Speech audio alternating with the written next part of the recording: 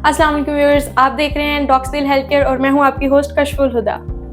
Viewers, जैसा कि आप जानते हैं कि अक्टूबर से लेकर जनवरी तक पाकिस्तान और इंडिया में स्मोक एक बहुत बड़ा मसला है। इस पॉडकास्ट को एंड तक ज़रूर देखिएगा। आप, आपके बच्चे, आपके बड़े, आपकी फैमिली बहुत सी बीमारियों से बच सकेंगे।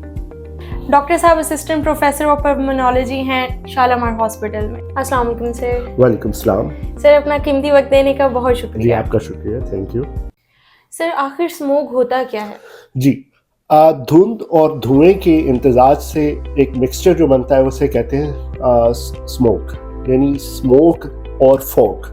फॉग याद रखिएगा कि उस तरह से ख़तरनाक नहीं होती, लेकिन स्मोक जो है वो हमेशा से ख़तरनाक है और उससे बहुत ज़्यादा बीमारियां फैलने का ख़तरा रहता है। सर, ये स्मोक बनता कैसे है और उसकी वजूहात क्या हैं? हेज़ार्डियस पार्टिकल्स हमारी एनवायरनमेंट के अंदर मौजूद होते हैं, like carbon dioxide, like nitrogen, like ozone layer, ozone gas.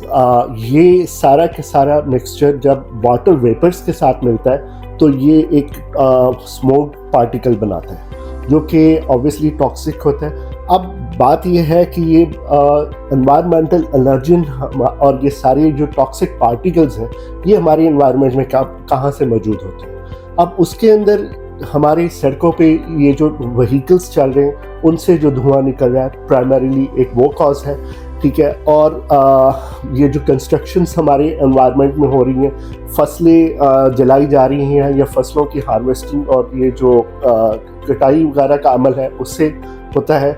और डेफिनेटली एज अ पर्सन हम सफाई भी उस तरह से नहीं रखते जो कि बाकी कंट्रीज़ में या बाकी मुल्कों में उस तरह से सफाई रखी जाती है। ये सारी की सारी एड ऑन्स हैं हमारे एलर्जेंस के लिए। और फिर उसके साथ एक मौसम है जो कि ऑब्वियसली चेंजिंग वेदर में वाटर वेपर्स ज़्यादा हो जाते हैं, फॉग जिसे हम कहते हैं। सो ये जो अक्टूबर से लेके दिसंबर जनवरी तक का सीज़न है उसमें फॉग होती है, और जब ये फॉग हमारी एनवायरमेंटल एलर्जेंस के साथ या टॉक्सिक मटेरियल्स के साथ मिलते हैं तो ये डेफिनेटली स्मोक बनती है, जो कि हैज़ार्डियस है। सर, क्या ये स्मोक का मसला सिर्फ सर्दियों में होता है या सारा साल रहता है? ये बड़ा अच्छा आपने क्वेश्चन पूछा। अब उसमें एक एलिमेंट बड़ा इम्पॉर्टेंट है कि जो फॉग है वो ड्यू टू ह्यूमिडिटी इफेक्ट ये अक्टूबर से लेके दिसंबर तक ज़्यादा होती है। एनवायरमेंटल एलर्जन सारा साल मौजूद रहते हैं, जो टॉक्सिक पार्टिकल्स हैं वो सारा साल मौजूद रहते हैं, वो हमारे लंग्स तक, हमारे हार्ट को, वो सबको अफेक्ट कर रहे होते हैं। बट जो स्मोक का पर्टिकुलर एलिमेंट है वो आपने देखा होगा कि अक्टूबर से लेके दिसंबर के महीनों में हमारा AQI बहुत ज़्यादा चला जाता है। तो उसकी वजह यही होती है कि फॉग इस टाइम पे ज़्यादा होती है। एनवायरमेंटल एलर्जन वही है, फॉग एलिमेंट ज़्यादा होता है। सर, जैसे कि आपने अभी बताया कि फसलों को जलाने से स्मोक पैदा होती है, जहरीले गैसें, तो क्या वाकई फसलों के जलाने से ये स्मोक में इजाफा हो रहा है? जी बिल्कुल, डेफिनेटली ऐसा ही है कि फसलों के जलाने से कुछ टॉक्सिक पार्टिकल्स, जैसे कि मैंने शुरू में भी बताया, कार्बन डाइऑक्साइड और पार्टिकुलेट मैटर 2.5 और पार्टिकुलेट मैटर 10, ये इन्वायरमेंट में बहुत ज़्यादा आ जाते हैं, जो कि 20 सिगरेट्स अ डे के बराबर होते हैं। इतनी टॉक्सिसिटी उसकी हो जाती है। तो सर, इसको रोकने का, इसको तल्फ करने का कोई तो एक तरीका होगा ना? जी, उसमें देखिए फसलों को ऑब्वियसली जलाना नहीं चाहिए, और उसमें जो हमारे महकमा ज़राअत के लोग हैं उनसे इनको रब्ता करना चाहिए। गवर्नमेंट को भी कुछ इनिशिएटिव लेने होंगे, और महकमा ज़राअत जो है वो इनके साथ डायरेक्ट कोऑर्डिनेट करे इन लोगों के साथ, तो डेफिनेटली चीज़ें बेहतर होंगी। सर, आपने अभी PM 2.5 का जिक्र किया, ये क्या चीज़ है? पार्टिकुलेट मैटर 2.5 मीन्स के एक स्मॉलेस्ट पार्टिकल जो कि हमारी एनवायरनमेंट में मौजूद होता है, जिसका साइज़ 2.5 माइक्रोन से भी कम है। वो इतना छोटा होता है कि वो हमारी इंसानी बाल के भी से भी 30 गुना छोटा होता है। देखिए, फेफड़ों का एक फंक्शन होता है कि गैसेस एक्सचेंज, और गैसेस एक्सचेंज में कार्बन डाइऑक्साइड को बाहर निकालना और ऑक्सीजन को इनहेल करना, और उसका एक स्मॉलेस्ट यूनिट जो कि गैसेस एक्सचेंज के लिए वो काम ये कर रहा होता है, उसको कहते हैं एल्वुलाई। ये जो PM 2.5 है ये एल्वुलाई तक अप्रोच करता है, और ये गैसेस एक्सचेंज को भी वो मुतासर कर सकता है। सो ये इतना टॉक्सिक पार्टिकल है कि ये हमारे फेफड़ों को बेसिक यूनिट पे जाके भी हिट कर सकता है। यानी कि जो नॉर्मली हमारे सिगरेट के और बाकी जहरीले मादे होते हैं वो हमारे एल्विलाई तक नहीं पहुंच सकते, लेकिन ये छोटा सा एक जो है PM 2.5 ये उस पे भी जाता है, उस पे भी पहुंच सकता है और उसको भी जाके मुतासर कर सकता है। जी बिल्कुल, अमूमन जो सिगरेट के पार्टिकल्स होते हैं उनका साइज इससे बड़ा होता है और वो इतनी आसानी से एल्विलाई तक नहीं पहुंच सकते। वो डेफिनेटली फेफड़ों के जो बाकी मतलब हिस्से उनको मुतासर डायरेक्टली कर रहे होते हैं। वो लेटर ऑन जब COPD की तरफ पेशेंट जाता है तो उसमें वो एल्विलाई भी डैमेज हो रहे होते हैं, लेकिन ये डायरेक्टली आपको आपके एल्विलाई तक अप्रोच कर रहे होते हैं। सर ये PM 2.5 की मिकदार के बारे में ज़रा सा मुझे गाइड कीजिएगा कि नॉर्मली कितना होता है और हार्मफुल किस लेवल पे जाके होता है। जी इसमें जो PM 2.5 का मिनिमम एक वो है, वो 5 तक इंडेक्स है। अगर ये 5 से ज़्यादा हो जाए तो वो डेफिनेटली एक हैज़ार्डियस एनवायरनमेंट क्रिएट कर देता है और हमारे यहाँ तो ये 40-50s में भी चला जाता है PM पार्टिकल, और वो मतलब लाइक वो 20-30 गुना ज़्यादा नॉर्मल से चला जाता है ये जो PM 2.5 का है। सो हम तो जब इस एनवायरनमेंट में होते हैं तो हम एक रेड जोन में करते हैं। आप कोई भी मोबाइल ऐप यूज़ कर सकते हैं जिसके अंदर AQI दिया होता है, तो AQI के साइड पे ही PM 2.5 का भी जिक्र होता है। जितनी भी मोबाइल ऐप्स जो कि AQI को दिखा रही होती हैं उसके अंदर PM 2.5 का डेफिनेटली एक वो साथ में उन्होंने लिखा होता है, तो उससे भी आप अंदाज़ा लगा सकते हैं। और वो जोन आपने अभी एयर क्वालिटी इंडेक्स बोला, ये AQI क्या होता है? जी, air quality index is a basic tool to measure the environmental hazards, या कि एक एनवायरनमेंट की टॉक्सिसिटी को मेजर करने के लिए। इसकी जिस तरह से PM पार्टिकल की मैंने आपको बताई कि उसकी 2.5 उसके 5 है मिनिमम एक वो कट ऑफ, इसका 50 तक होता है। ठीक है, जो यूरोपियन कंट्रीज़ हैं उनमें तो ये 30s के अंदर भी जाता है, लेकिन पाकिस्तान में ये हमेशा पूरे ओवर द ईयर ये 50-70s में घूमता रहता है, और जब ये स्मोक अफेक्ट आता है उस वक्त ये 200 से 300 को भी टच कर जाता है, और सम टाइम तो ये मतलब थाउजेंड्स की रेंज में भी चला जाता है। So you can well imagine कि हम कितनी टॉक्सिक एनवायरनमेंट में जी रहे होते हैं। सर यानी कि ये जो एयर क्वालिटी इंडेक्स है ये असल में हमें ये बताता है कि हमारी हवा कितनी साफ है।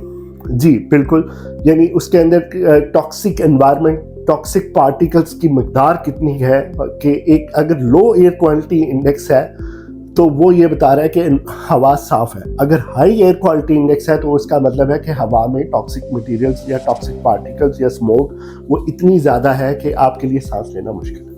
सर अभी आपने बताया कि अपने इलाकों में इर्द गिर्द जाते हुए या शहर से बाहर जाते हुए वहाँ के एयर क्वालिटी इंडेक्स और वहाँ का PM 2.5 चेक करके जाना चाहिए, इसका क्या असर पड़ता है? देखिए, डेफिनेटलि इसका असर ज़रूर पड़ेगा कि आप अननेसेसरी मूवमेंट अपनी अवॉइड करेंगे। कुछ हाई रिस्क पॉपुलेशन होती है हमारे पॉपुलेशन के अंदर, जिनके अंदर बच्चे शामिल हैं, एल्डरली पॉपुलेशन शामिल है और प्रेग्नेंट फीमेल्स शामिल हैं। ठीक है, और ऐसे लोग जिनको फेफड़ों की या दिल की बीमारियां हैं, वो ये हाई रिस्क पॉपुलेशन है।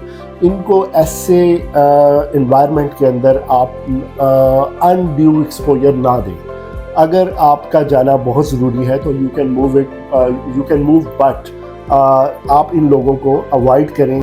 सर ये स्मोक का फेफड़ों पे असर क्या होता है और इसकी अलामात क्या होती हैं? जी, स्मोक का डेफिनेटली, जैसा मैंने आपको शुरू में भी बताया कि ये एल्विलाई तक हिट कर रहा होता है, तो इसके फेफड़ों पर काफ़ी ज़्यादा असरात होते हैं, और उसमें जो अलामात हैं वो सांस की नाली की तंगी की वजह से एक आवाज़ आती है जिसको हम कहते हैं वीज़, और इसमें सांस का चढ़ना शामिल है, खांसी आना शामिल है, और गले में इरिटेशन महसूस होना शामिल है, और वीज़ का आना शामिल है। सो ये बेसिक अलामात हैं। अगर इस तरह की कोई भी अलामात आपको आती हैं तो फ़ौरन डॉक्टर से रुजू करना चाहिए। कुछ क्रॉनिक इलनेसेस होती है लंग्स की, जिसमें एस्थमा शामिल है, जिसमें COPD शामिल है, जिसमें इंटरस्टिशियल लंग डिजीज़ शामिल है। वो डेफिनेटली एक एनवायरमेंटल एलर्जन का factor due to smoke add on होता है, जिसकी वजह से ये बीमारियां भी वर्स हो जाती हैं। सर स्मोक से बचने की एहतियाती तदाबीर क्या हों? हमें अपने आप को स्मोक के लिए ट्रेंड करना है। वंस स्मोक इज़ देयर, जिस तरह मैंने बताया कि आपने सर्टन टाइम्स हैं मॉर्निंग के, जिस तरह सुबह से 6 से 9 बजे का टाइम है, इसमें आपने बाहर निकलने से अवॉइड करना है और अनड्यू बाहर निकलना अवॉइड करना है। और इसके अलावा मास्क का इस्तेमाल बहुत ज़रूरी है। कहीं भी निकलना है तो मोटरसाइकिल पे अगर आप स्पेशली जा रहे हैं या वैसे आप पैदल जा रहे हैं तो डेफिनेटली मास्क का इस्तेमाल करें। घरों की एनवायरनमेंट तक एयर प्योरीफायर का इस्तेमाल बहुत ह्यूमिडिफायर एंड एयर प्योरीफायर का इस्तेमाल बहुत ज़्यादा ज़रूरी है। अगर आप एसी वगैरह चला रहे हैं तो उसमें एक रिसाइकिल या रिसाइकुलेट मोड होता है, उसको ऑन रखें ताकि वो आपके इनसाइड एनवायरनमेंट को भी कंट्रोल रखें। और इसमें एक जिक्र मैं और भी करता चलूँ कि मास्क का आपने जिस तरह जिक्र किया, इसका इस्तेमाल बहुत ज़रूरी है। अब इसमें हमारे कई सारे मिथ्स हैं जिसकी वजह से हम मास्क को, या तो एक कहते हैं, एक पॉपुलेशन है वो कहती है जी मास्क से सांस घुट जाता है। ऐसा कुछ नहीं होता। मास्क आपके सांस को क्लीन कर रहा होता है, रादर कि वो आपका सांस वो उसको घुटन की तरफ लेके जा रहा है। और दूसरा ये है कि मास्क कौन सा, कपड़े वाला मास्क यूज़ किया जाए या एक सिंपल जो सर्जिकल मास्क है वो यूज़ किया जाए, KN95 यूज़ किया जाए या N95 यूज़ किया जाए। डेफिनेटली हर मास्क की अपनी सिग्निफिकेंस है, लेकिन एक चीज़ मैं बता दूं कि ये कपड़े वाला मास्क एक आइडियल चॉइस नहीं है। सर्जिकल मास्क एक मिनिमल वो आपका एक मास्क है जिससे डेफिनेटली कुछ ना कुछ पार्टिकल्स वो आप अवॉइड कर सकते हैं टू इनहेल। अदरवाइज जो बेस्ट चॉइस है वो KN95 है और N95 है, जिससे N95 या KN95 स्टैंड्स फॉर कि वो 95% ऑफ द पार्टिकल्स वो आपको आपके इनहेल करने से रोकेगा। सो जो बेस्ट चॉइस है वो KN95 और N95 है। लेकिन अगर आप मिनिमल सर्जिकल मास्क भी यूज़ करते हैं तो वो डेफिनेटली कुछ ना कुछ आपके पार्टिकुलर मैटर को रोकने में कामयाब। बट जो कपड़े वाला मास्क है वो it's not a good choice.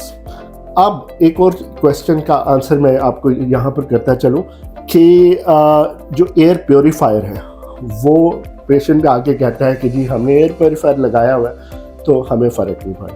Air purifier हमेशा एक कंस्ट्रेंड एनवायरनमेंट के लिए एक डिवाइस है। वो घर की 4 दीवारी या आपके कमरे की 4 दीवारी तक को प्योरीफाई कर रहा होता है, वो आपके बाहर के एनवायरनमेंट को प्योरीफाई नहीं कर रहा था। Whenever you go to outside the room आप एक्सपोज हो चुके होते हो पार्टिकुलेट मैटर को।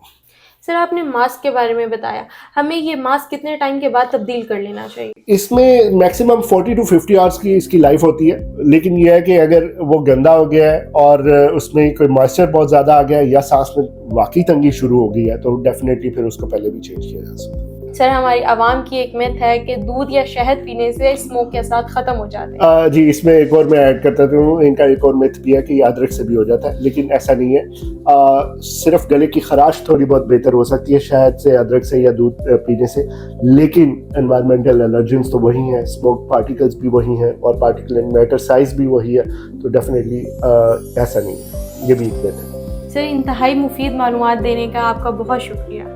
थैंक यू जी। एक छोटा सा मैसेज मैं ज़रूर देना चाहूँगा कि अगर कोई ऐसी अलामात आती हैं स्मोक से रिलेटेड, जिस तरह मैंने बताया कि सांस का चढ़ना या गले का ख़राब होना या छाती में दर्द या दबाव महसूस होना या वीजिंग आना, तो आप फ़ौरन कंसल्टेंट पल्मोनोलॉजिस्ट से रब्ता कर सकते हैं।